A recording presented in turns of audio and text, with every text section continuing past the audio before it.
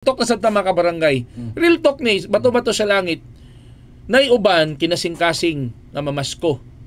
Oh, sama to ang gi-share ganina. Okay. Pero napoy uban gihimo na nilang negosyo na bay. Oh. Ako na nabantayan. Ako nabantayan. Manghatag sila katong sobre bay. Oh, mo galing. Kaya okay ako, mas okay pa ko ana maghatag sobre. Pero dapat na number dito. If for your approval, please text or call. Di ba? Kung ako siguro mamasko niya, napay-approve.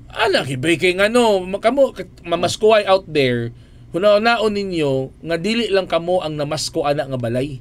Imagine ba ninyo sa kalisod sa panahon karon na 20 ka mamasko sa usa ka adlaw. In 30 days kada adlaw na 20 ka mamasko. Mapobre ang tao na ba inaunsa